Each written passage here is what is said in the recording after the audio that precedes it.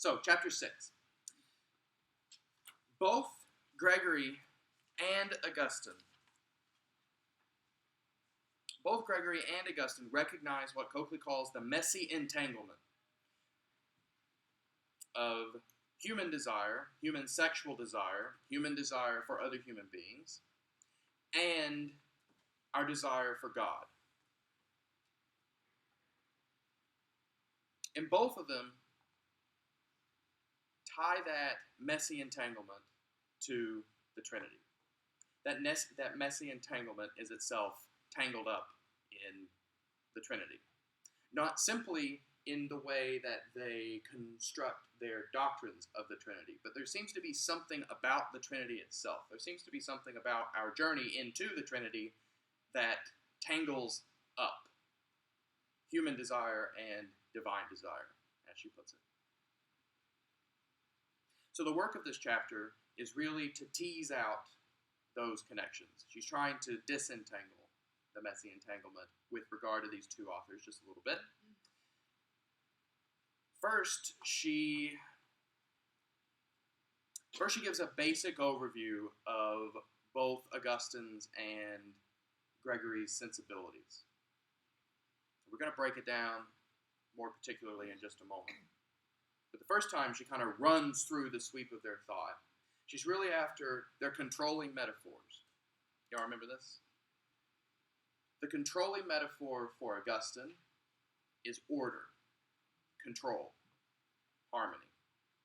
The controlling metaphor for Gregory of Nyssa, on the other hand, is loss of control. This has ramifications for the ways that Gregory and Augustine think of relationship. And she thinks of relationship here broadly. This is what's at stake. This is one of the fundamental reasons why thinking about the Trinity involves thinking about desire, involves thinking about our relationships with each other, because they're all a part of how Christians imagine relationships. When Christians imagine relationships, they tend to imagine relationships at all these different levels. Relationships between the Trinitarian persons and God, relations between God and us, and relations between us and us. So this is what's at stake. And when these two authors think about relationship, these are their controlling metaphors: order and loss of control. Most famously, I think we know Augustine's vexed relationship with sexuality from Confessions, right? And Coakley does quite a lot of very appropriate throat clearing to say that she doesn't want to read Augustine as simply a woman-hating, body-hating thinker. He's more complex than that. Nonetheless, he is still concerned with the fact that sex for him is disordered, meaning there's a rupture between the relationship between the intellect, the memory, and the will. Mostly the will. And as Coakley says, he's mostly worried about the fact that the will cannot control the phallus. So the male body in sexual relationships has lost control, is ruptured, is not harmonious. And that for him is a sign of our fallenness. This is what makes sex for Augustine suspicious, always, even in marital contexts. This is really striking. Even in a marital context, Coakley says, Augustine is suspicious of sex. The only thing that could possibly be good about sex is procreation. We'll get to that in just a second. That's not the way that Gregory imagines sex. Gregory imagines, she says at some points that Gregory doesn't polemicize sex in a crude or totalizing way. He doesn't have the same suspicion of sex as sex to core, as does Augustine. For him, it's much more about the right channeling of desire, about erotic fidelity to God and to one's partner. Sex for him, and you see this in the stuff on virginity that she was referencing, what's at stake there is not procreation, really. But actually what he finds to be interesting about celibacy is that it stops the whirligig, she says, of birth and death. You can kind of stop death in its tracks by not bringing into the world any more people who will subsequently die. And in that way, you mirror the Trinity, the eternity of the Trinity, the changelessness of the Trinity. That's what he finds interesting about celibacy. Not that he has this suspicion about sex, about its disordered nature, and then we need to get rid of it, and yeah. Do you see how the motivation for Gregory to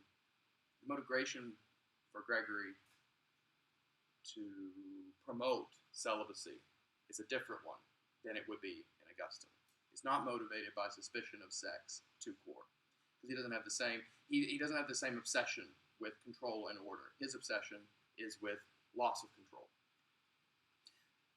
So those are kind of the general sweeps of their work that she does the first time she runs through. We need, though, to walk more carefully through her subsequent parsing out of gender, the spiritual life, and the Trinity with regard to both Gregory and Augustine. And I hope this will make these more cursory bird's eye view comments I made at the very beginning a little more clear.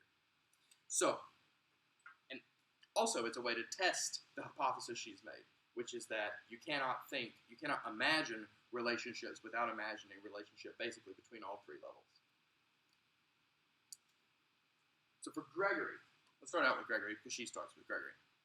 Gregory has a fascinating view of sexual difference, doesn't he? Because remember, I found this to be like incredibly exciting, actually. He has a particular reading of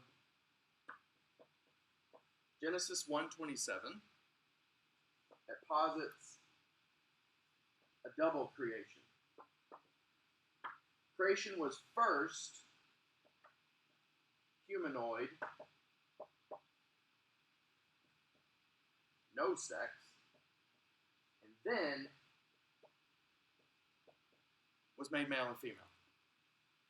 The way that he does that is by reading Genesis 1:27 and basically splitting it at the comma. Just to remind us.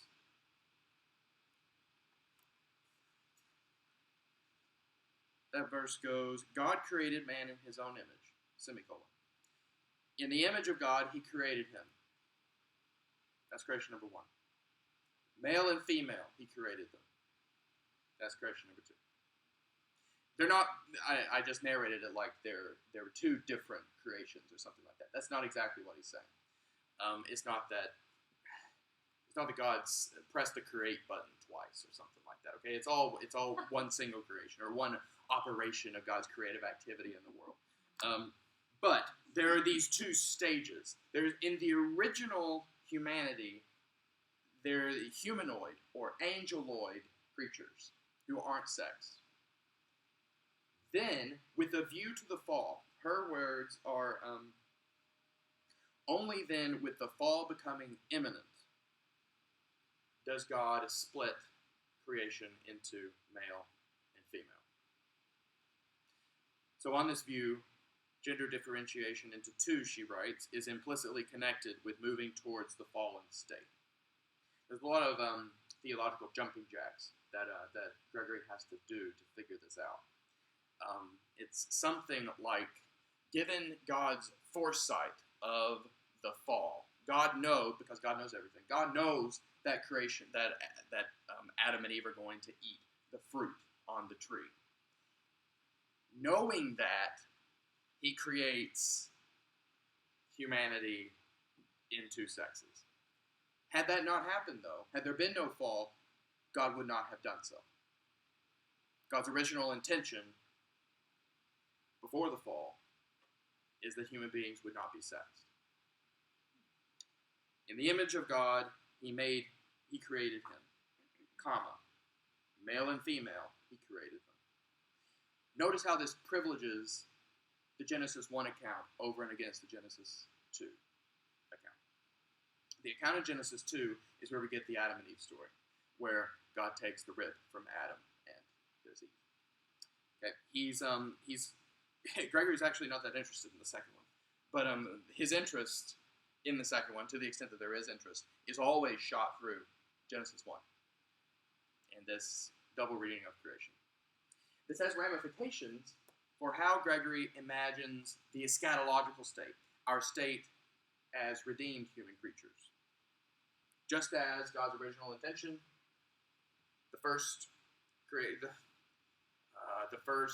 I don't know how to say that without suggesting that God hits the creation button twice. Thank you. Great. The first stage of creation, just as the first stage of creation, we were humanoid, no sex, so also in the eschaton, we will be humanoid, angeloids, with no sexual differentiation. That doesn't mean, though, that we will not be gendered. It's actually a helpful way to parse what Coakley was trying to do with the sex-gender distinction in Chapter 2. Or maybe it was Chapter 1. Chapter 1. Where she said that gender is embodied difference. And embodied difference will remain in the eschaton, but the sort of slicing of human beings into two discrete categories of people based on their genitalia, their sex, will not characterize our lives in the eschaton.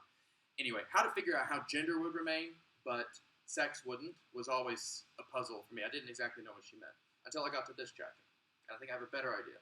Because Gregory says that though we lose our biological sex, we become humanoid, we are still all gendered in relation to God. And this gender is, we're all female in relation to God. So you're still gendered, still have a difference. That difference is still a difference from God. That difference is still gendered, but you're not sexed. This is his, we can talk about that more. This is his vision of the eschatological life. You see how it's determined by the way he imagines Genesis. Genesis always connects to Revelation. What you set up God's original intention to be in creation has an effect on what you say we're going to be transformed into in the life of the world to come. So enough about that. The second piece of Gregory's thought is his understanding of the ascent of the creature into God, the spiritual life, prayer, etc. His controlling motif for describing the journey of the soul into God is darkness. Darkness and a perfection that, I love this, never arrives. The technical theological term for this understanding of perfection that he has is epicstasy. It's the idea that you, for Gregory, your desire for God is never actually satisfied fully in the eschaton. It's like it's always satisfied and dissatisfied. The more that you get of God, the more you want of God. It's like you're on a treadmill. And the treadmill just gets faster and faster and faster and faster and faster and faster and faster and faster and faster. That's what eternity is. The treadmill being one's increasing perfection, one's partaking of the divine nature. It never ends. It just increases. So, she gives us a quote on page 286 that describes this. It combines a sense of a perfection that never arrives and a loss of control that hurtles the soul into the dazzling darkness of God. This is the block quote. This is from The Life of Moses.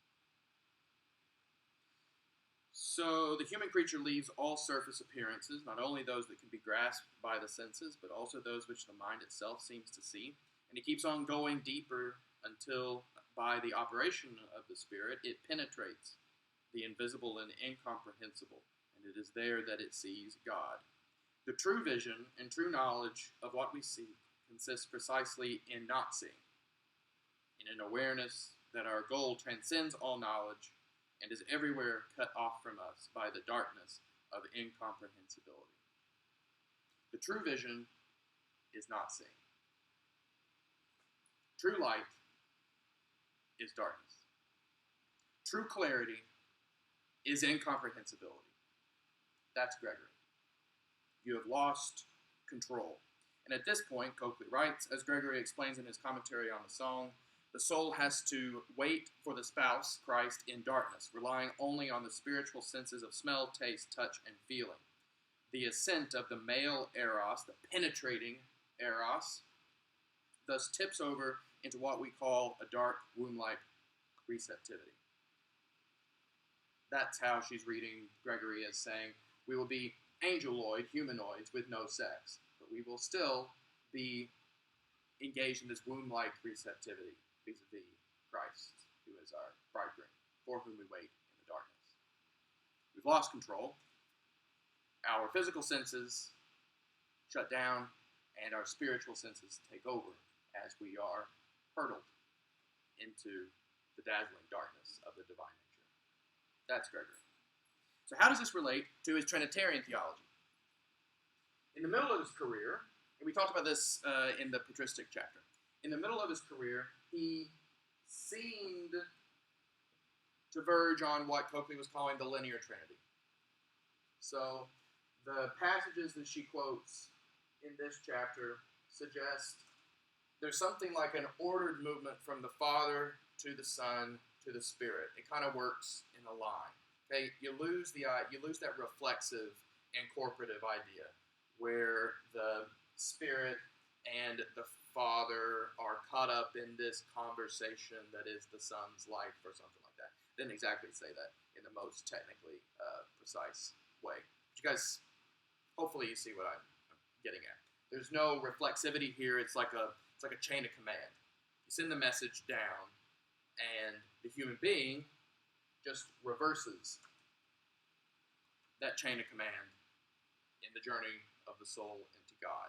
First, the Spirit, and then you pull down the chain a little more, and you get the Son, and you pull down the chain a little more, and you get the Father.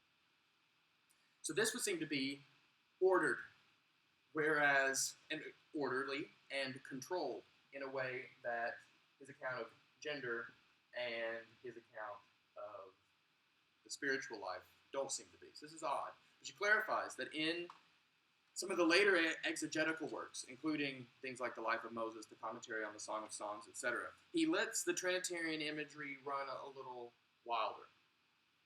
It's less philosophically precise, which is why people pay less attention to it.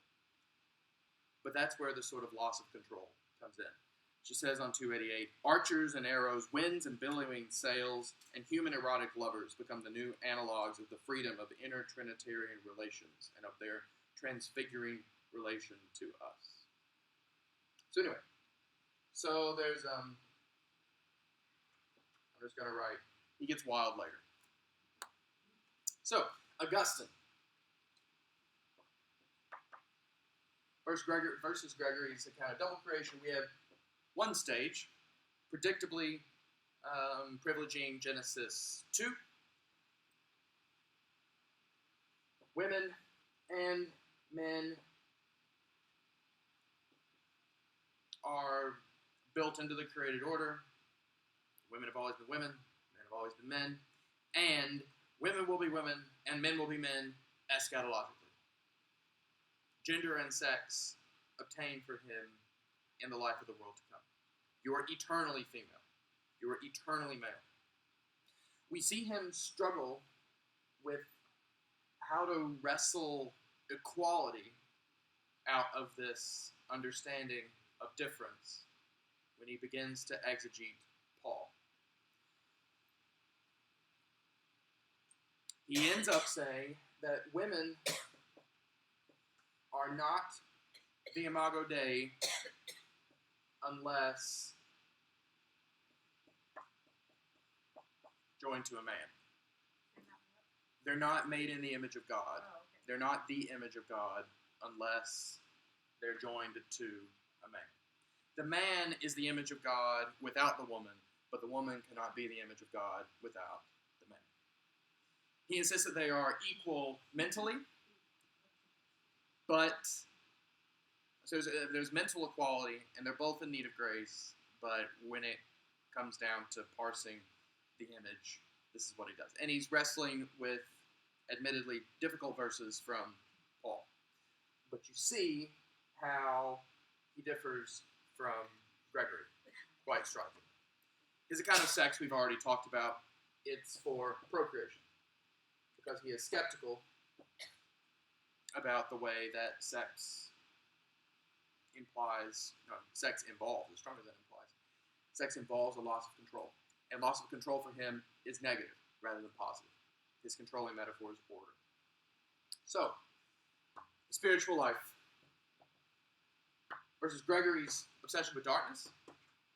Here, Augustine's motif is light. Here they journey from darkness into light, and this light is described as clarity and insight. It's also worth noting that Augustine's understanding of the eschaton, the life of the world to come, is not this idea that perfection never arrives. His image is the Sabbath. So if we're all on these erotic spiritual treadmills with, treadmill's not good. Let's say it's an escalator. We're on these erotic spiritual escalators that never end. With Gregory, with Augustine, we take a vacation. There are really funny theories about this, actually, about why Gregory would have this vision of the life of the world to come. Some people say it's because his diocese was really boring.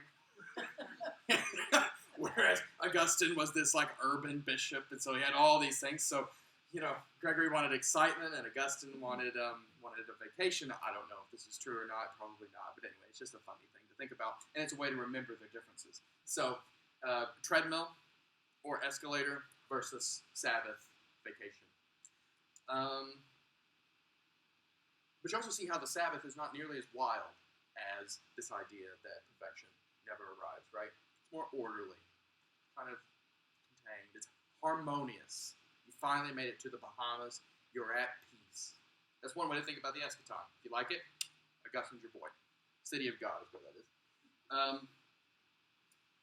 In terms of the Trinity, his obsession with harmony leads him to find in the perfect operation of the intellect, the memory, and the will an image of the Trinity in human beings.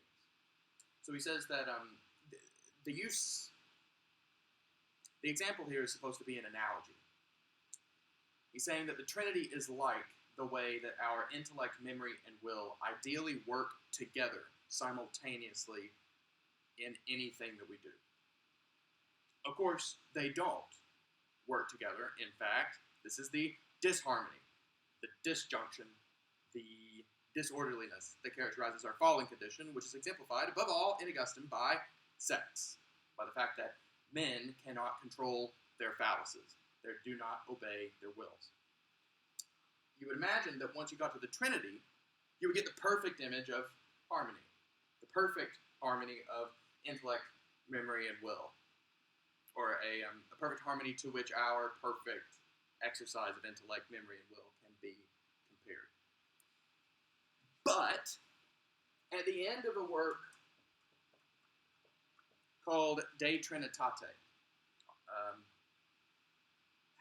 which is full of this, it's this sweeping theological experiment that Augustine runs with trying to think the Trinity. It's incredibly influential, had a huge influence on Thomas Aquinas' understanding of the Trinity that we talked about last semester. But at the end of De Trin, Augustine says, none of my experiments have worked. He's gone through this whole long book where he's talked about these different analogies that one can use to make sense of the Trinity, and he ends up saying, none of them work. They just don't work. None of them get around the incomprehensibility of God. This is another thing Coker clarifies. Just because Augustine is obsessed with darkness, the movement from is obsessed with light and the movement from darkness into light, doesn't mean that he's not also apathetic. Doesn't mean that he denies the mysteriousness of God. It just means he understands it in a different way than does Gregory. At the end, he is motivated by this apatheticism to say, at the end of day trend, none of it works.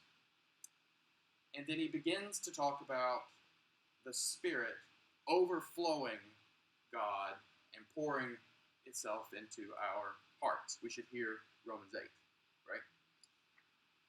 He ends up saying the whole Trinity dwells within us. Coakley reads this as his Trinitarian system cracking. You kind of feel it crack under the weight of this God who is incomprehensible.